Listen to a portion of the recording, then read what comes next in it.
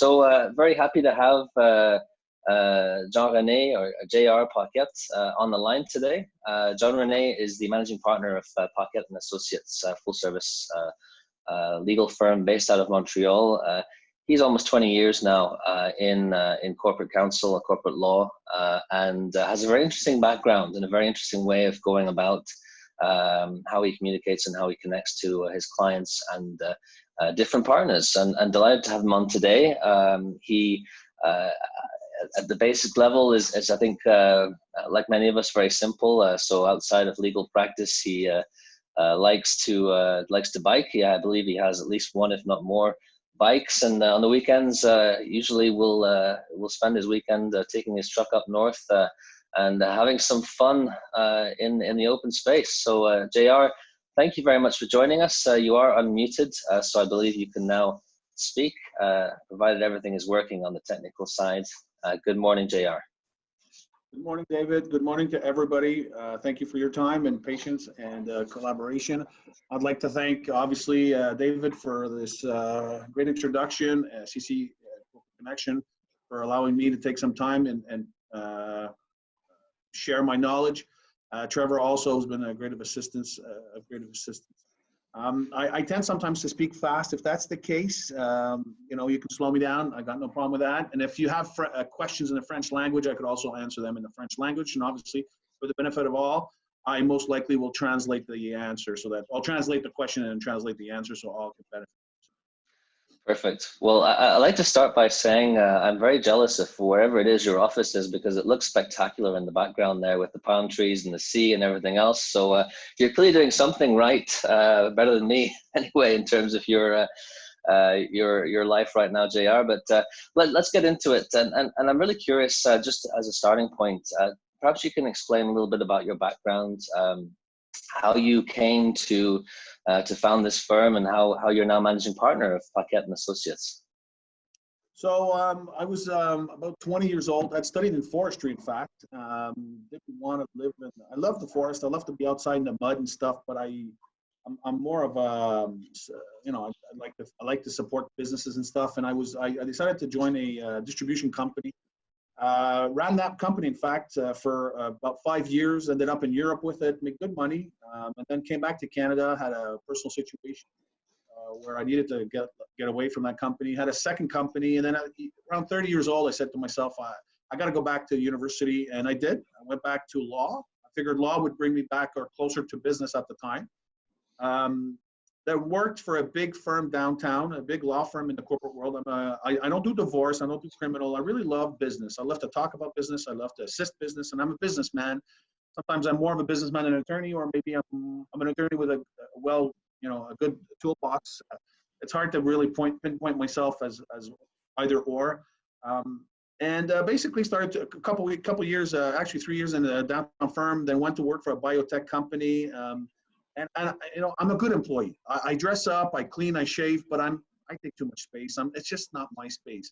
So I at one point decided, you know what, I'll open my own firm, which I did out of my basement in Bader Fay about 13 years ago. And now we are 10 employees. We only service businesses, mid-size businesses, mostly from, you know, $2-3 million to $150 million. I'm a very simple guy, like you said. I do have bikes, but what I really do is dirt biking. I go in the mud. I go by myself out in the woods. I love fishing, and I got a truck on the weekend with big tires, and I look like a redneck, and I got a gun rack in the back, and that's pretty much who I am. I'm just a very simple guy that loves to run businesses and help people with business needs. I'm absolutely astonished that you didn't fit into that large corporate law environment, JR. You made a comment to me yesterday in terms of how you perceive those type of corporate lawyers, which really resonated. I don't know if you want to repeat it now. I'm putting you on the spot, but I thought it was very pertinent. Yeah, we shared something about the law firms downtown, and I felt that the aim was really to push billing more than servicing the clients, more than servicing. You know, it's a lot about ourselves and these big firms where the business owners, that's not what they need. They need very simple, logical, down-to-earth counsel. I recall being a business owner, as I said prior to this, and I was in Europe in a beautiful firm, buy Champs-Élysées. I was 25 at the time. I was really happy. But yet the guy was talking and I couldn't understand his words, his language. It had nothing to do with my business. Spent thousands of dollars and yet went back to my office and didn't understand what he was trying to tell me. It didn't resonate. I didn't understand it. It's just too complicated. People were too smart for me. That's how I felt. I'm not the smartest guy out there, but I can figure out stuff and I can operate a business and I can be successful. And you can have the proof now. But just make it simple. It doesn't need to be too complicated. That's not what business owners need. Yes, sometimes they'll need legal opinions of $15,000 because they love words. I get that. It's maybe not who I am, and therefore there's a business for people that want more down to earth, simple, but yet intelligent legal advice. Well, it's good to know that you're not on your dictaphone in the shower making legal notes that are billable.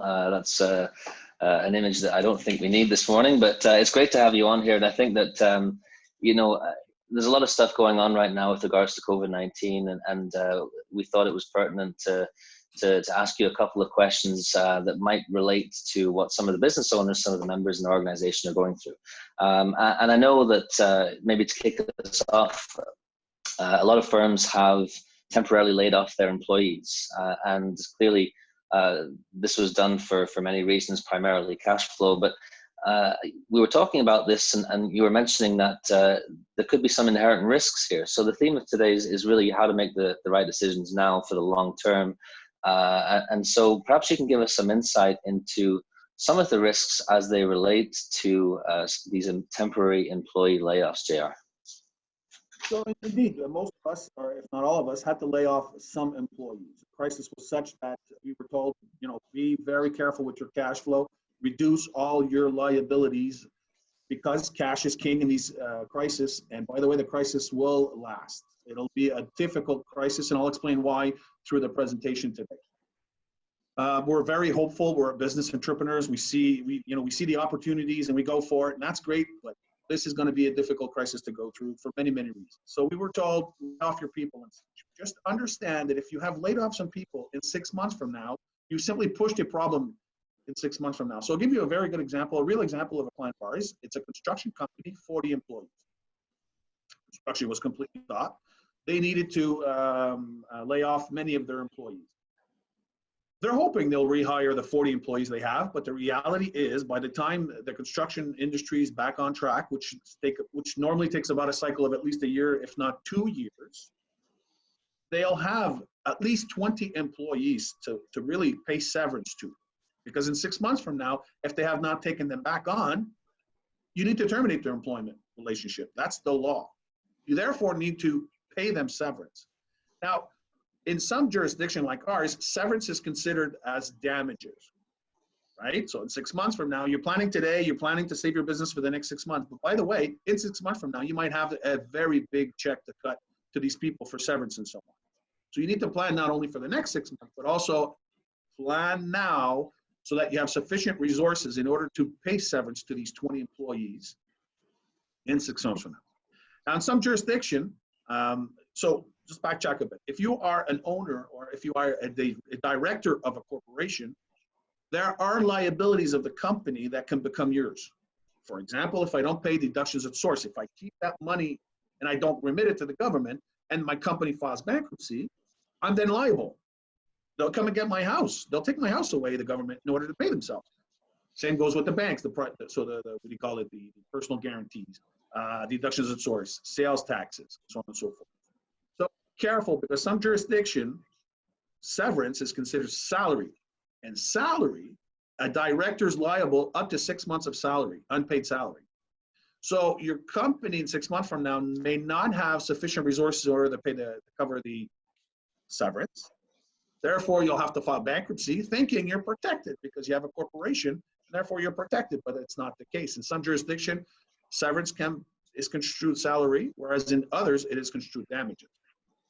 I think you raise an interesting point there, because obviously across Canada, the government has given more flexibility to business owners with regards to certain things. For example, deferring, what I would call priority creditors, i.e., state, provincial, and federal taxes, deductions at source, and this I guess was done with the intention of giving companies more flexibility with regards to cash flow management in the short term. But from what you're saying, it seems as if this actually might be an increased or an added risk to some of these businesses in terms of how they're managing their cash flows. Can you give us a little bit of an example of what I can do or what someone can do listening to this call as a business owner as it pertains to some of these government initiatives, which on the face of it makes sense, but there are risks, I believe, inherent in these decisions that could affect how businesses are able to operate their cash flow over the next 6 months. Yeah, a good one is a good example is the GST and QST. The government said to us, guys, hold back on the GST and QST. Basically, what they told us is finance your operations with it. That's what they're trying to tell us. Yep. But they haven't amended the law. So if your company can't go through the crisis, you're personally liable. You'll have to remit that GST and QST. So if in your management of your liability and your cash flow, the first thing to do right now is identify which one can become a personal liability should your corporation not be able to go through the crisis. Deductions at source, salary, GST, QST, or sales taxes, personal guarantees. If you have a line of credit and your business was not sound enough at the time, the bank probably asked you to sign and co-sign. All these liabilities must be addressed now. Pay them off first. This way, if unfortunately your company files bankruptcy, it might happen, you don't know, but plan ahead, you're not personally liable. That's the number one thing you should do. Number two, in the case of the construction company, what we've started doing is we've actually terminated employment. We said to them, we laid you off, but we are now, with the forecast that we have and the reality before us, we know we will not be rehiring you in 6 months from now. So we started paying severance. So we're adapting. Rather than waiting for the big hit to come, a big wave to hit us in 6 months from now, which will be difficult at the time. In 6 months, it will be very difficult to get some financing. Well, we started doing it now. So we've seeked financing for that. We're starting to pay off and breaching the contract, basically terminating employment, paying severance. Okay. Third one, be careful. If I may, David, just a sec. The third one, and be careful. A lot of people, what I've heard a lot is, I've put everybody on unemployment, yet these people, I've asked them to work for me, but from home. So they're getting their check, but yet they're also servicing the business. Well, that's salary that's going to be owed at one point. And if you can't cover that, you're personally liable. So whomever's at work right now at home and benefiting from a check from the government, well, you got to be careful because you're really creating a personal liability to yourself as individuals. Sorry about that, David. No, it's fine. I've heard a lot of companies, I guess out of goodwill, are really trying to give an opportunity to support their employees and obviously temporarily laying them off, but keeping them on things like group benefits packages. So is this a gray zone with regards to risk or liability, as you say, in terms of the short term? Is there an impact, or could there be an impact for business owners in terms of how they manage their cash flow if they are essentially keeping people on their benefits package without paying them? No, you can do that. That's not a problem. You need to contact your group package service provider, and some will say, no, I got to terminate them. Some will say, no problem. We'll give you a window of 2 months or 3 months where they can be covered. And some will not cover the short-term invalidity, disability, because you're not at work. So why would they cover disabilities? It really depends on your insurance benefit. Got it. But there's no personal liability per se, no. Okay, so just moving away for a second from cash flow management, I imagine a lot of companies out there, I mean, look, we suspended in-person meetings March the 12th. Some companies was perhaps a little after that, but it seems that there's a lot of what I would call contractual obligations out there. So whether you're actually, bringing in product from Asia, from China, for example, which obviously has been experiencing issues since January, it seems that there may be liabilities or risks as they pertain to outstanding contractual obligations, or even contracts that you want to enter into now when things appear that they might be starting to open up. Can you give us a couple of examples of things that you're seeing out there, JR? Okay, I'll give you an example of a client we have, a pharmaceutical company importing, we call it medicinal ingredients. So in every pill everybody intakes, there are medicinal ingredients, the ones that really have an effect on your body, and there are non-medicinal ingredients, the one that allow the carry-in of that we call it the medicinal ingredient. Our client in February called us and said, I'm having an issue. I have POs of millions of dollars that I've approved in January, but I've been told by my Chinese manufacturer or distributor, they're not going to be able to service my need. Now, understand that if you are to get a pill approved by FDA, because they also ship in the US and Health Canada, it takes a year to a year and a half for them to approve of not only the ingredient, but also the supplier. They approve of the supply chain. So prior to COVID-19, my client called us and we said, force majeure, sorry, we can't provide to our clients the medicinal ingredient. They wanted to sue us saying, guys, you're not producing, you're not fulfilling your obligation under the PO. You told us you would sell it, and we're now suffering damages, loss of business, loss of opportunities. We use force majeure, and we said, listen, it's force majeure. What do you want us to do? What is force majeure, by the way? Well, it's an irresistible event. Could we have done something about it to prevent it from happening? No, it was irresistible. COVID-19, no one knew what was going to happen to us. And could we have done something to mitigate our damages? Could we have, circumvented it and say, okay, no problem. We're having a supply chain problem from China. Let's go to Korea. Let's go to France. Let's go to Mexico. Force majeure is great, and we hear a lot about it, but it doesn't work in all cases. It really needs to be irresistible and whereby you can't do anything about it. You're really stuck.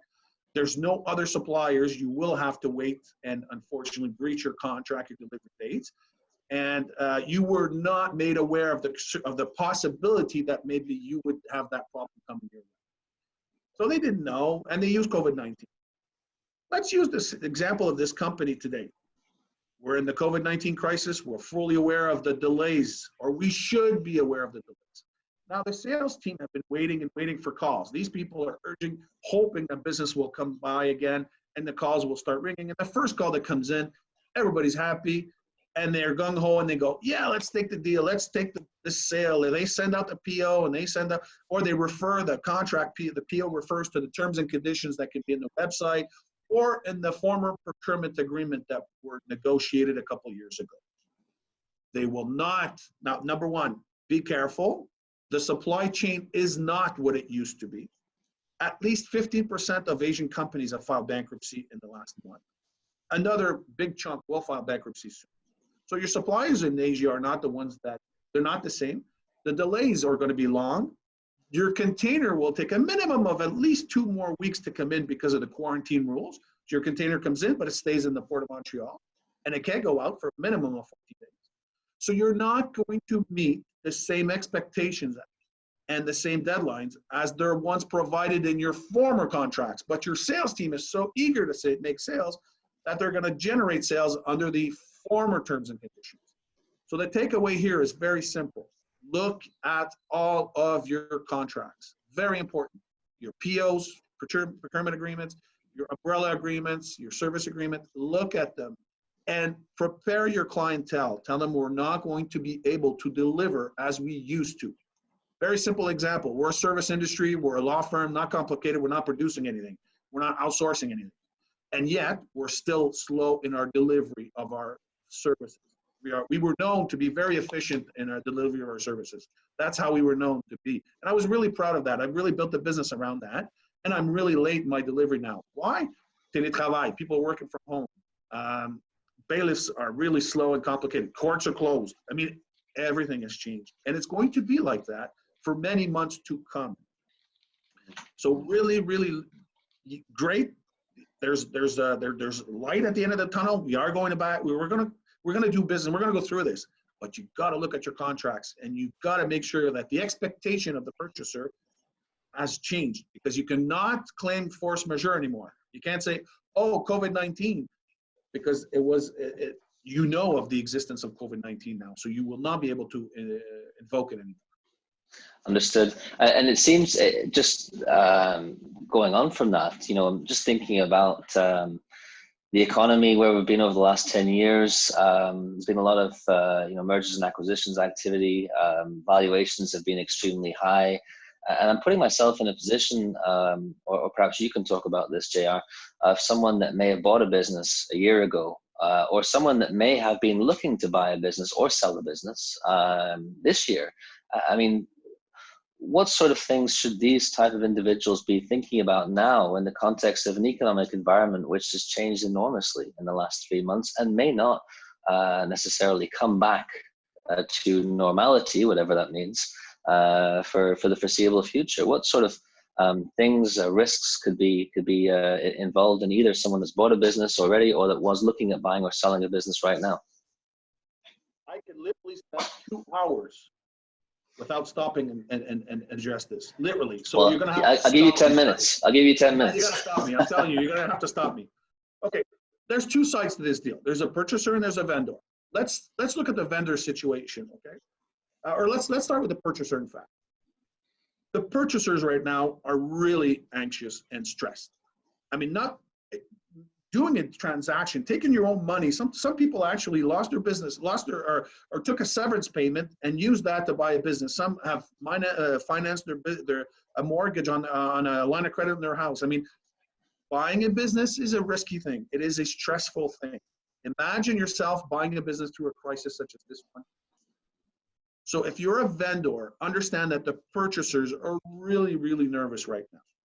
Your job, if you found a good vendor, a good purchaser, one that's well structured, surrounded with the proper professionals, who's conducted the due diligence and knows your business, that is a good purchaser, because you need a good purchaser. Remember that. They're going to pay you your balance of sale. They're going to take your baby away from you and run it in the world. If you found a good one, talk to them.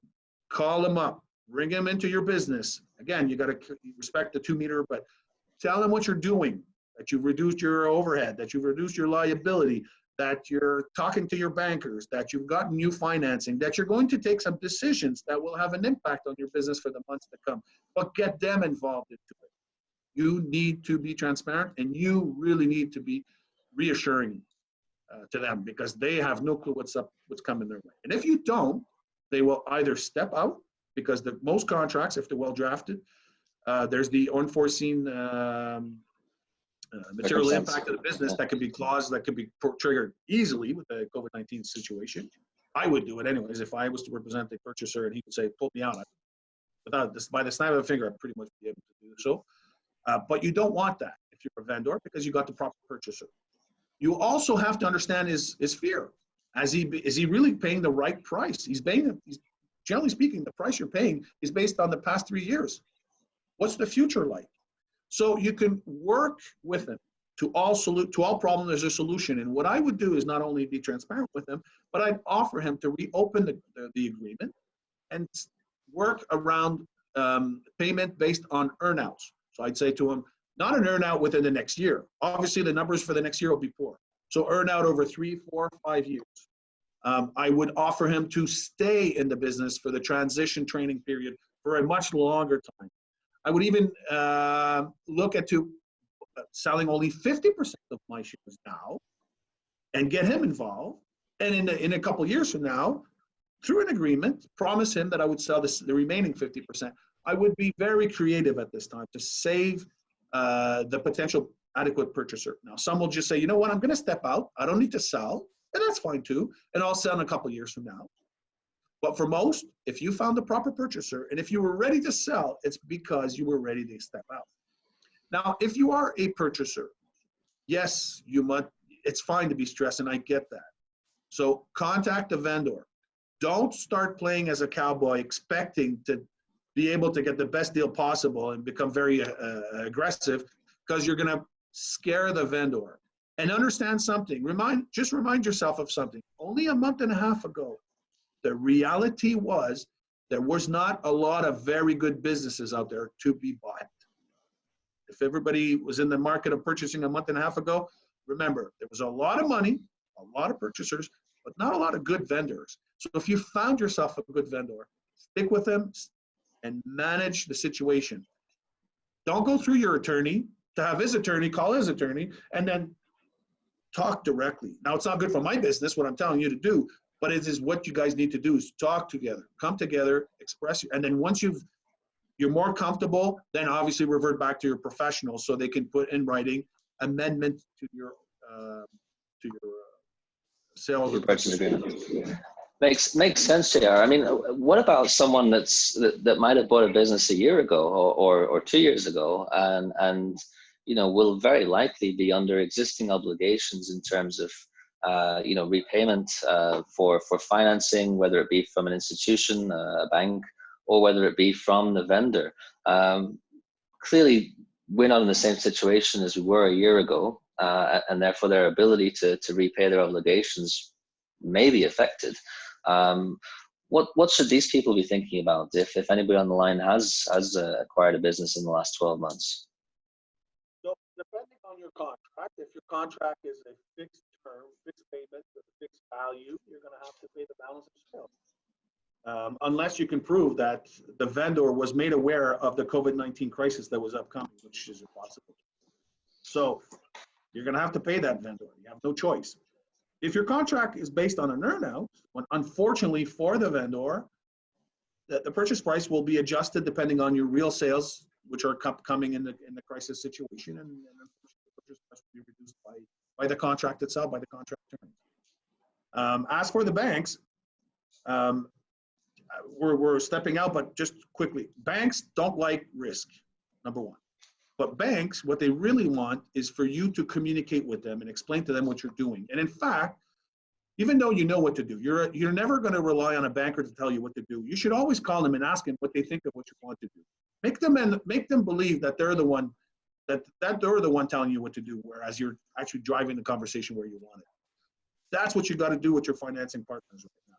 Stick with them, stay close to them, be transparent with them, because they can be of assistance. And we've seen very good things, very positive things from banks. Third, what I've heard from bankers, because I'm really close to bankers, I do a lot of transaction, is don't go too much into your line of credit. Don't max it right now. And if you were maxed before the crisis, be careful, because they will pull the plug on you during the crisis. They will not pull the plug on anybody that's adequately running their business, reducing their liabilities, and really focusing on how to go through the crisis.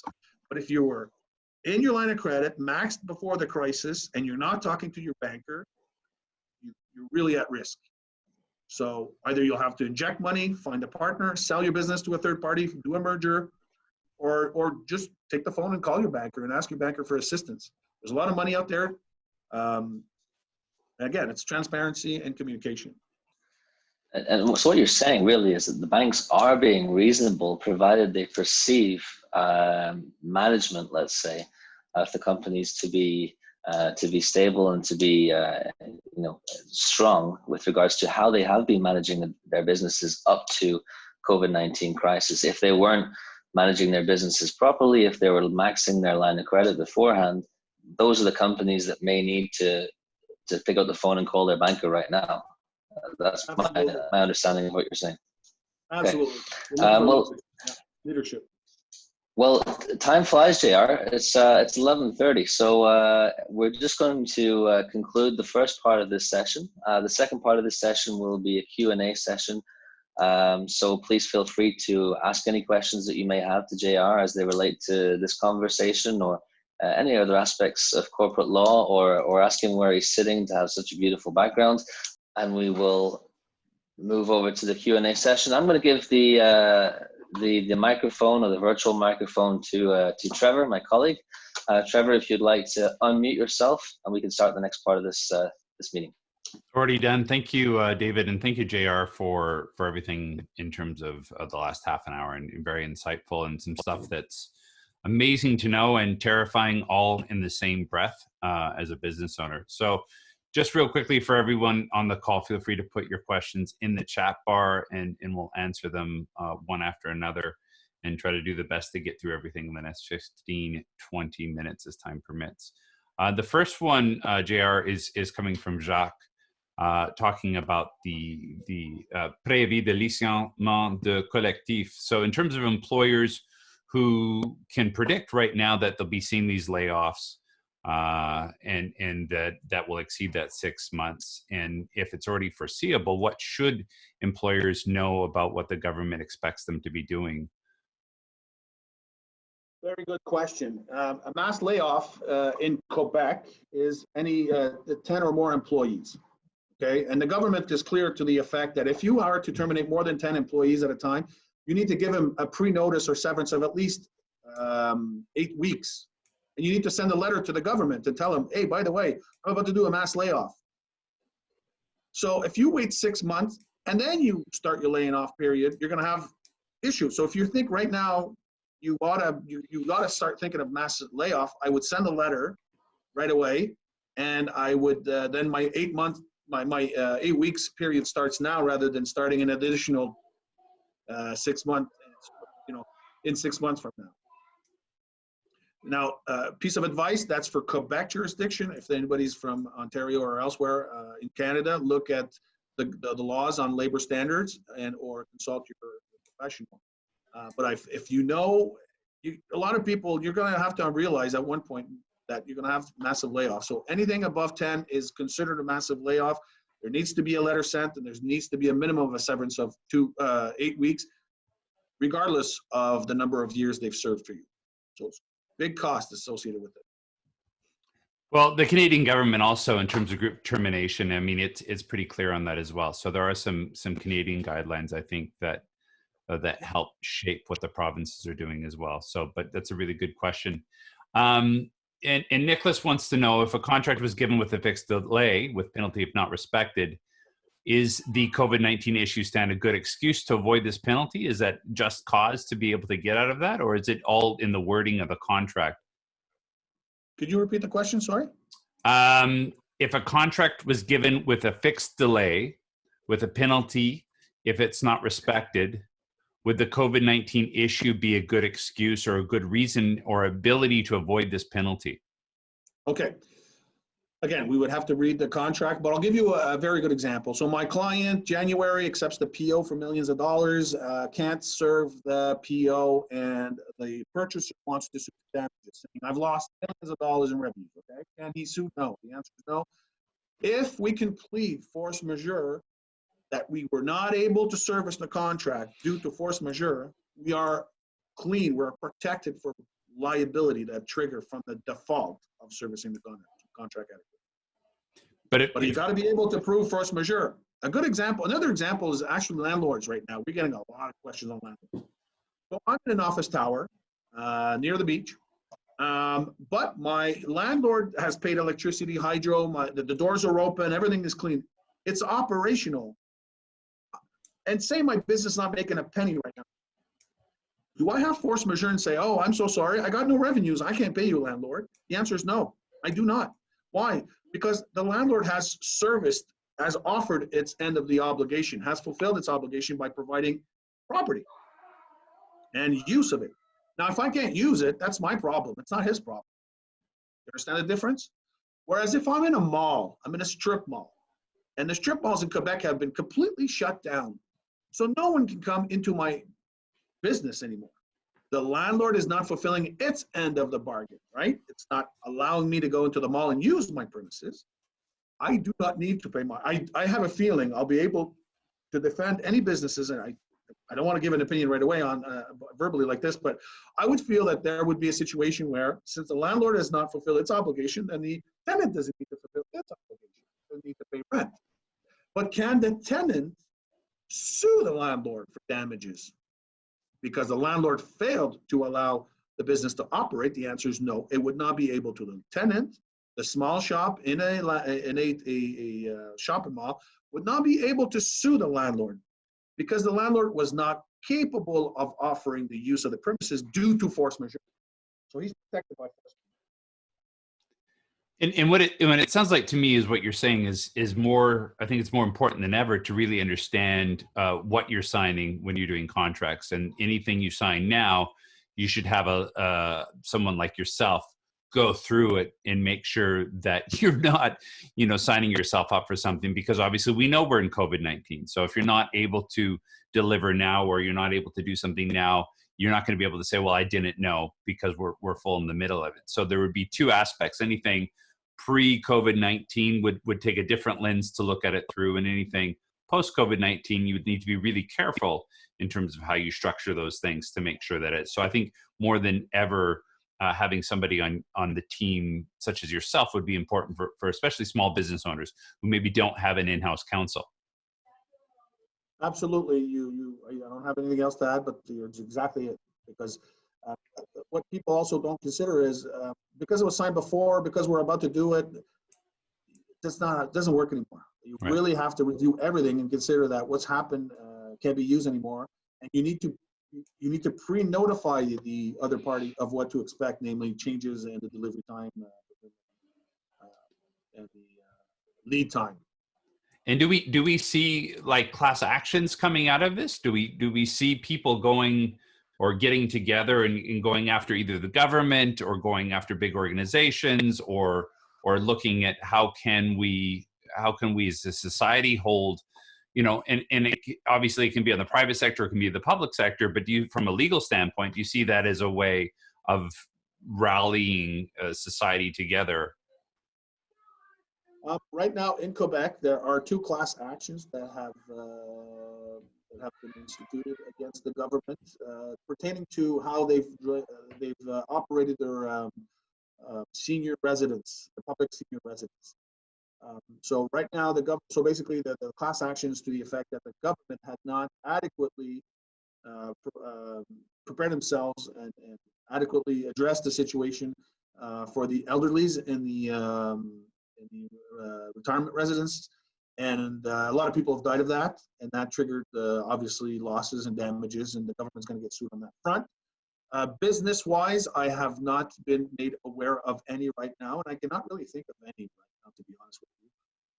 The government is doing whatever it can to the best possible, and it is also under the urgency, la loi sur les mesures d'urgence. I'm not sure how to translate that one, but the Urgency Act allows them to do a lot of stuff and actually shields them.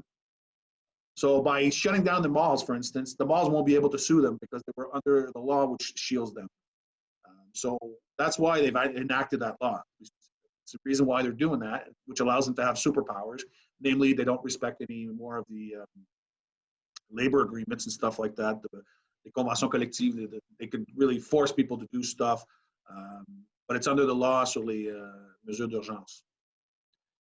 And then, but do you see any ways for us to hold, say, we had a call last week with a Senator Lafreda, and we were talking a little bit about the banks in that, where we see banks are certainly going to make a lot of money off some of the agreements that they have with the mortgages, where they're allowed to push our mortgages back 6 months, but they're going to charge us extra interest on that, which will go on to that. So is there a way for us to be looking at that and going, and again, some of the government things where small businesses, maybe it's unfair or it's convoluted at best, or being generous in terms of some of these things, which really are going to hurt small businesses across the country and maybe favor large businesses?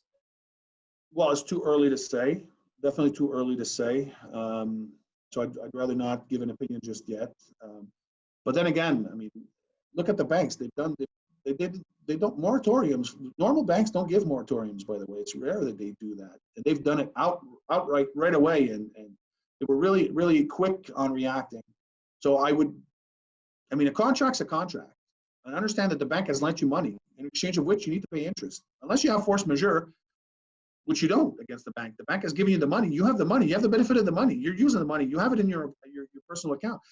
Force majeure you would have a claim. Let's say the bank has promised you to give you $2 million to buy a business, and they decided not to give it to you for whatever stupid reason. And they claim force majeure because they don't want you to buy the business anymore. So you could turn around and sue the bank and say, well, I'm getting sued by the vendor because I failed to buy their business because I didn't have your money, and he's suing me for $200,000 in damages. Then you can revert back and sue the bank, perhaps. But that's not a class action. I mean, every case is going to be different. So for now, it's a little too early for any specific to opinionate on that.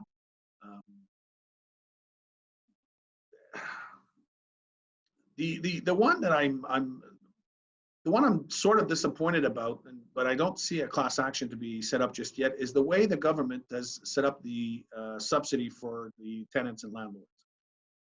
Right now, we're getting a lot of those calls, and all of the landlords are saying, no, we're not interested. And first of all, it's a disappointment as a business owner. Second, as an attorney, it's very disappointing when I'm representing the tenants. When I'm representing the landlords, which we actually do more than the tenants, they're like, why would I do that? Why would I suffer 25% loss if I can figure out, if I can look at the situation and say, you know what, let's do like the banks, basically, the capital, whatever amount you owe me, we'll put it on the next 25 months or something like that. A good question was asked yesterday, and I thought it was very interesting. We're saying cash is king, save money, save money. So somebody asked me, legally speaking, can I not pay my rent and should I be fined? Will I be fined? And the answer is no. You have a contract, you must pay your rent, unless you're in a situation where the landlord is not allowing you to use your premises, right? Like a mall. That's a different story. And if that's the case, then really go to your attorney and really look into the situation. You might have a case you don't need to pay because the landlord's not fulfilling its end of the obligation. But if you are in my office right now and I'm using the premises, I need to pay my rent. But if I don't have the money because I don't have the sales, or because I'm really protecting my cash, what you might want to do is actually breach the agreement, not pay rent, because now this is not a legal opinion, this is a business opinion, because now you have your cash, you're saving your business, and the reality is this: the landlord can't just kick you out. It's going to take a long time before somebody else comes in. That's number one. The reality is that the market is not what it was before. Number two, you have a lot of window of opportunity to settle with the landlord. Namely, he'll send you a letter of demand. Your attorney is going to talk to his attorney. Then he's going to have to file motion before the court. All the courts are closed, so you're not kicked out tomorrow. Once done, once the courts are reopened, then you need to file, and then you need to go before a court of law and a judge. There's backlogs right now. We're being told it will take 5 years to correct. So you're looking at years before you're actually be able to negotiate with your landlord in due time and tell them, listen, this is what happened. It was bad, and you'll find a solution to your problem. So again, not a legal opinion. Don't sue me because I told you to do that. You are going to breach your agreement. You will fall into a breach, but so careful. If you have awesome property and you don't want to lose it, don't fall into a breach. But if you're like all others, like down here, there's a strip mall. The people downstairs have not been open for 2 months. None of them are paying their rent right now, and they're not going to be replaced by other small retailers, because small retailers are really hurting, and this crisis has really, really, really severely impacted that industry. And there's a lot more questions that we could get to, and I want to respect everyone's time, but the one I'm really interested in, from a legal standpoint and entrepreneur and business owner, where do you see the opportunities? Where do you see where we can use the law to our benefit as business owners?